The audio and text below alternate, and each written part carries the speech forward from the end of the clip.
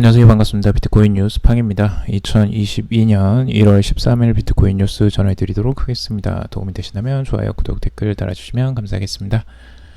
그럼 첫 번째 소식은 스위스 세바뱅크 CEO가 이 내부 평가 모델에 따라서 2022년에 비트코인이 75,000달러에 도달할 수 있다라는 전망을 내놓았습니다.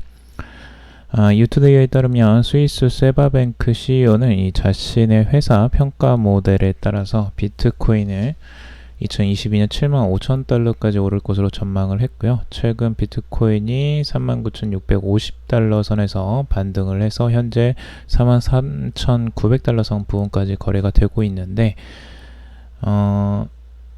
지금 이 세바뱅크 CEO 의견에 따르면 우리는 가격이 오를 것으로 믿고 있으며 우리 회사의 내부 평가 모델은 현재 5만 달러에서 7만 5천 달러 사이의 가격을 나타내고 있다라고 말을 했습니다.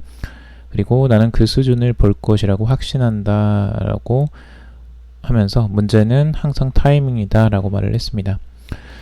이렇게 이제 상승에 대한 무게를 두는 이유를 지금 이 세바뱅크 CEO 같은 경우 이 기관 투자자들이 2022년에 비트코인 가격 상승에 도움을 줄 것이다 라고 말을 했습니다. 기관의 자금이 아마도 가격을 상승시킬 것이며 우리는 완전한 규제를 받는 은행으로 일하고 있다. 그리고 우리는 적절한 투자 시기를 찾고 있는 자산 풀들이 있다 라고 언급을 했습니다. 그럼으로써 지금 이 기관 투자자들의 투자를 지금 기대하는 것으로 볼 수가 있고 은행의 이제 CEO가 이렇게 전망을 내놓는 것도 좀 과거에는 없었던 일이기도 하죠. 근데 최근에는 이제 한 은행의 CEO도 이런 이제 비트코인의 가격 전망을 내놓을 정도로 그만큼 이제 기관 투자자들의 이제 고객들이 있겠죠. 이 고객들의 이 비트코인 투자 성향이 이제 좀 더 긍정적으로 많이 바라보고 있고 적극적으로 비트코인의 매수세가 있을 것으로 지금 기대를 하는 것으로 볼 수가 있습니다. 긍정적인 부분이라고 볼 수가 있고요. 그리고 트레이딩 샷의 계속적 분석, 비트코인 전망 같이 한번 또 살펴볼 건데요. 트레이딩 샷 같은 경우는 이제 장기적인 전망을 지금 보고 있고, 여기서 이제 피보나치 레벨을 이렇게 이제 트렌드 라인으로 그어서 전체적인 큰 그림에서 주봉상으로 지금 바라보고 있습니다. 과거에 지금 2020년도 이때가 이제 코로나 사태가 처음 일어났던 그 순간이죠. 이제 그 순간부터 지금 현재까지의 라인을 이렇게 쭉 그어보면 지금 피보나치 레벨에서 지금 0.5와 1.0 사이 이 사이죠. 이 사이 구간이 좋은 매수 구간이었다라고 말을 하고 있습니다. 실제 이 타이밍에서는 지금 코로나19 사태가 일어나자마자 급락을 나왔지만 다시 빠르게 반등이 나왔고요. 이 구간에서 계속 그 횡보 상승 구간이 있었습니다. 그래서 이 구간에서는 계속 상승이 계속 이루어졌고 이걸 돌파하면서 급상승하는 흐름들이 이제 나왔었죠. 그래서 이 구간은 계속 이제 횡보를 하다가 한번 크게 상승이 나왔었는데 이때 이제 상승폭이 여기를 찍고 나서 지금 555.1%가 상승을 했다는 겁니다. 그래서 55,419달러 선을 찍게 되는데 이렇게 이제 크게 상승을 한 구간이 지금 피보나치 레벨로 2.0 구간을 탑으로 찍었다라고 보고 있고요.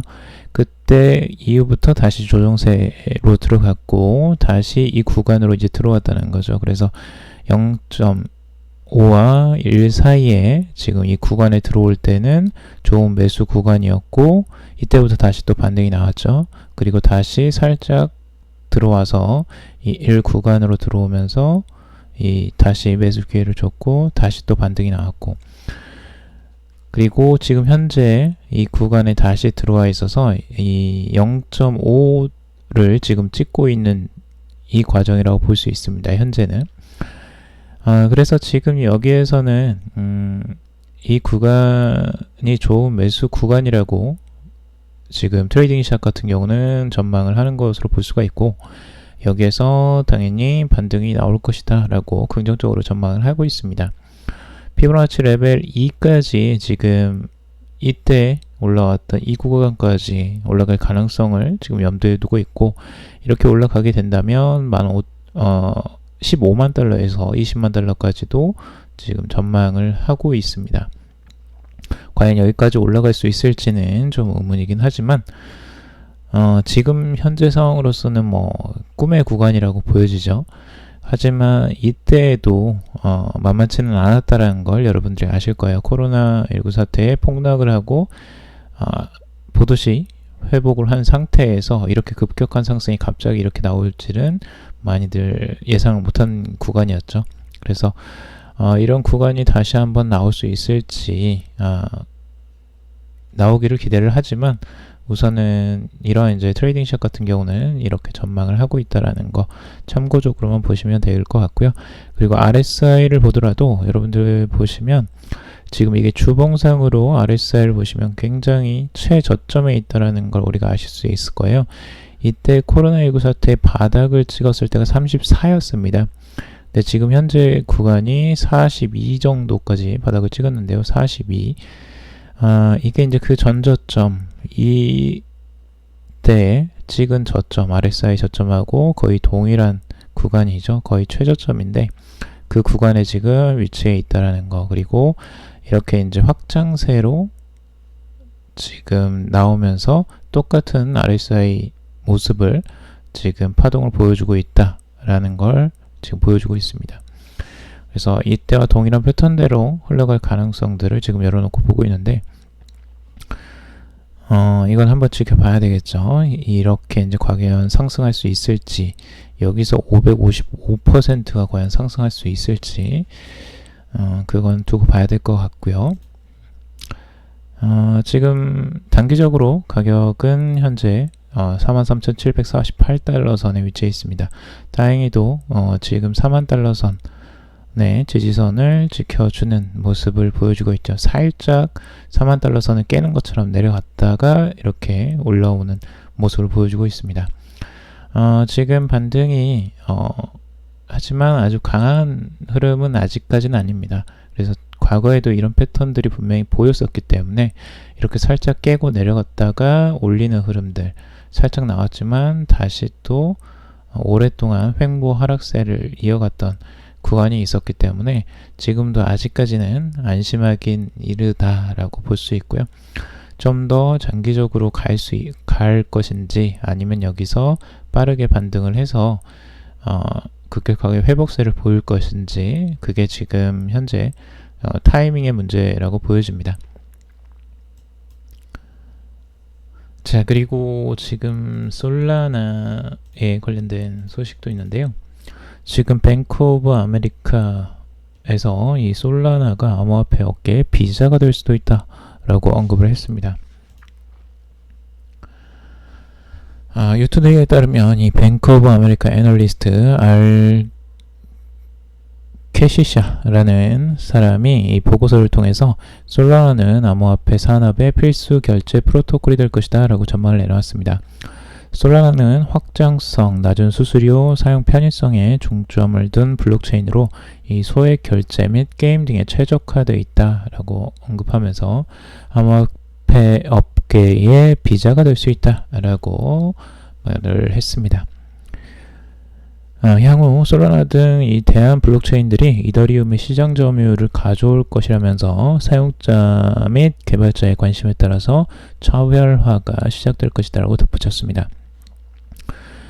2001년에는 실제 이더리움도 굉장히 급격한 상승이 일어나면서 큰 실적 성장세가 있었고요. 그리고 솔라나도 그에 못지않게 엄청난 상승세가 있었죠. 그래서 이더리움을 대신할 수 있는 이 스마트 컨트랙트 세계의 새로운 강자로 이 부상한 솔라나는 실제로 7000%까지 상승을 하면서 이더리움보다 월등한 성적을 거두기도 했습니다. 물론 이더리움이 무게감이 훨씬 더 있기 때문에 그 상승폭이 실제 더 작을 수밖에 없는 시장이기도 합니다. 그리고 이더리움은 이 모든 시장에서 상당한 점유율을 가지고 있지만 이를 지탱해줄 충분한 확장성을 확보하지 못했다는 문제를 안고 있습니다.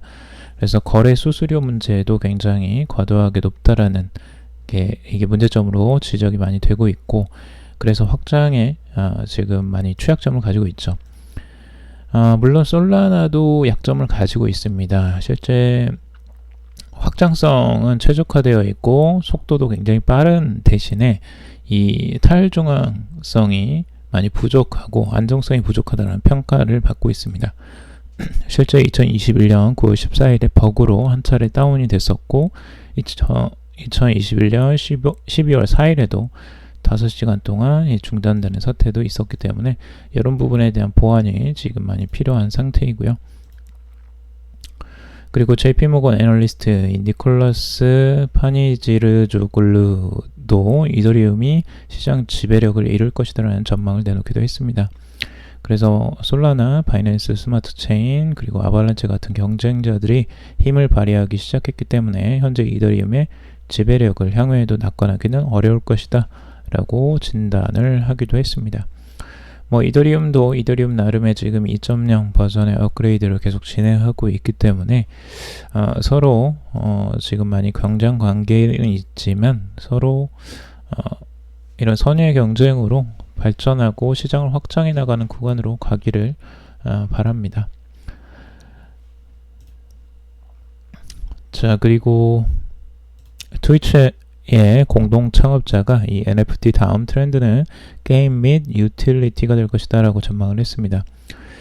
세계 최대 라이브 스트리밍 플랫폼인 트위치의 공동 창업자이자 이 솔라나 기반 게임 NFT 마켓플레이스 프랙탈의 창업자인 저스틴 칸이 이 블록웍스와의 인터뷰에서 이 NFT 분야에서 다음 물결은 유틸리티가 가미된 NFT라고 말을 했습니다. 그는 유틸리티가 가미된 디지털 자산은 이미 수십 년 전에 게임에서 처음 등장했고 이 포트나이트나 카운터 스트라이크 등 게임 내 스킨이나 이 울티마 온라인 등에서 등장한 게임 내 아이템은 플레이어들이 실제 돈을 주고 거래할 만큼 시장을 형성했다라고 언급을 했습니다. 그리고 따라서 게임 및 유틸리티 요소가 추가된 NFT는 다음 트렌드를 주도할 것이다 라고 강조를 했습니다. 기존에 이제 NFT는 이제 프로필 사진으로 사진만 이렇게 딸랑 있는 그런 기능이 없는 NFT로 많이 이제 처음에 시작을 했었고 지금도 많이 인기를 끌고 있죠. 하지만 이게 이제 NFT의 미래에는 유틸리티 기능이 많이 포함된 NFT가 확실히 큰 물결을 잃을 것이다 라고 전망을 하고 있습니다. 이 트위치의 공동 창업자이자 저스틴 칸은 이 NFT 마켓플레이스 프랙탈도 최근에 창업을 했죠. 그래서 NFT에도 굉장히 관심이 많은 인물이라는 걸 알 수가 있습니다. 자, 그리고 시바이누에 관련된 소식인데요. 시바이누가 최근에 로빈후드 상장 루머에 급등을 했다는 소식입니다. 폴리곤을 제치고 시총 13위로 회복을 했다는 소식인데요.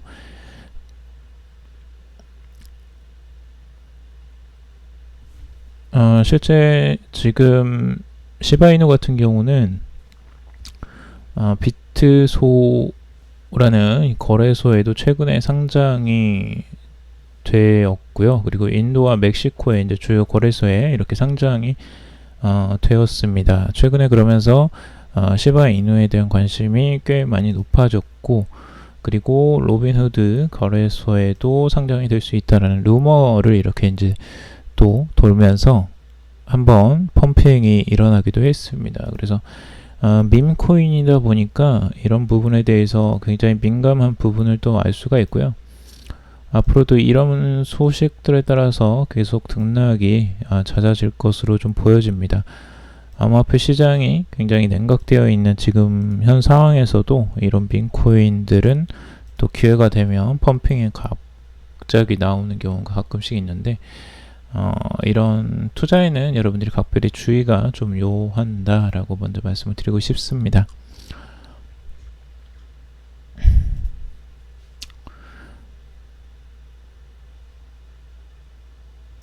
그리고 이 암호화폐 애널리스트인 니콜라스 머튼이 이 이더리움이 거의 9주 동안 하락세에도 불구하고 이 베어마켓에 진입하지 않고 있다라고 말을 했습니다.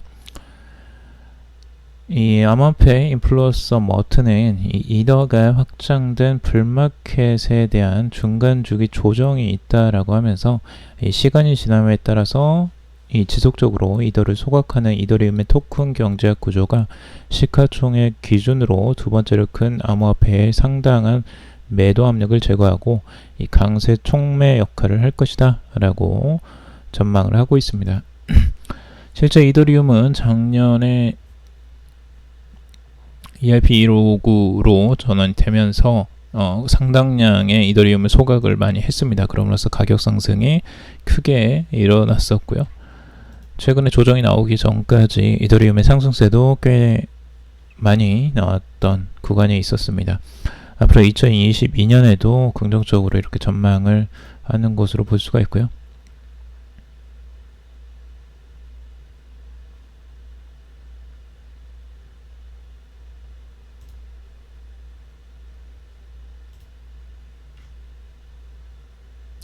자, 그리고 미국 은행 단체가 첫 스테이블 코인인 USDF를 발행한다라는 소식입니다. 미국의 은행 단체가 12일 첫 은행이 발행한 암호화폐 스테이블 코인인 USDF를 발표한 것으로 나타났는데요. USDF의 발행을 실시하는 것은 이 USDF 컨소시엄이라는 단체로 이 퍼스트 뱅크, 스털링 내셔널 뱅크, 뉴욕 커뮤니티 뱅크 같은 이 미국의 중소규모 은행으로 구성이 되어 있다고 합니다.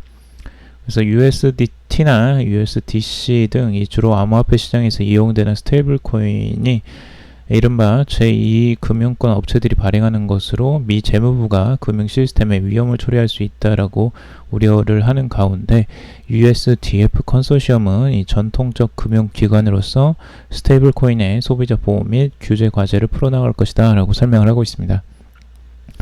실제로 USDF는 USDT와 USDC 같이 미 달러와 1대1 가치로 페그에 고정되어 있다라고 보시면 될 것 같습니다. 전수랑 은행들은 이 고객 같은 경우 연방예금보험공사에 의해 보증되고는 있지만 이번 발표에서 USDF의 증명 자산이나 커스터디와 같은 발행 관련 상세한 내용에 대해서는 설명을 하지는 않고 있다고 합니다. 그래서 은행에서 직접적으로 이렇게 스테이블 코인을 발행을 한다라는 거, 이게 이제 얼마나 영향력을 가질지는 모르겠어요. 아직 이게 중소규모의 은행들이 발행하는 것이기 때문에 아직 그 영향력이 좀 미미할 것으로 좀 전망이 되긴 하지만 그래도 은행 자체에서 이렇게 스테이블 코인을 직접적으로 발행을 하기 시작했다라는 건 긍정적이라고 할 수 있겠죠. 그래서 미국에서도 아마 지금 자체적으로 이렇게 은행권에서 이 스테이블 코인을 발행하는 것들을 어느 정도 허용을 해주면서 이 규제가 일어나지 않을까라는 전망을 하기도 합니다. 그래서 자체적으로 이 CBDC를 발행하는 것보다 그렇게 관리를 하는 쪽으로 다양한 그런 스테이블 코인들을 발행을 하고 관리를 하는 부분 쪽으로 좀 방향을 가지고 있는 게 아닐까라는 생각이 듭니다. 그렇지 않았으면 아마 이런 은행권에서 이렇게 스테이블 코인을 발행하는 게 쉽지는 않았을 것 같은데 한번 지켜봐야 될 것 같고요. 그리고 이제 정말 이제 이름 있는 은행들에서 스테이블 코인들이 크게 나온다면 이런 부분들은 이제 하나의 큰 방향성이 될 것으로 보여지고 다른 스테이블 코인들과의 또 경쟁을 또 주목해 봐야 될 것 같고요. 거기에 이제 테라의 테라 USD가 있죠. 그래서 그 부분과의 또 상반된 이제 경쟁 관계인데, 탈중앙화된 이 스테이블 코인이기 때문에 그 부분이 오히려 또 크게 부각이 될 가능성들도 있습니다. 그래서 테라 루나에게는 그게 긍정적인 부분이 될 수도 있는데, 아직까지 탈중앙화된 이런 스테이블 코인이 지금 테라 루나만 지금 나와 있기 때문에 그런 부분을 또 주목해 볼 필요가 있어 보이고요. 자, 오늘 여기까지 정리를 해봤습니다. 여러분들 도움이 되셨길 바라고요. 도움이 되셨다면 좋아요, 구독, 댓글 달아주시면 감사하겠습니다. 투자에 관련된 정보들은 참고사항일 뿐이고 조언이 아니니 투자하실 때 여러분들 스스로 꼭 판단하시고 결정하시기 바라겠습니다. 금일도 방송 들어주셔서 정말 감사합니다.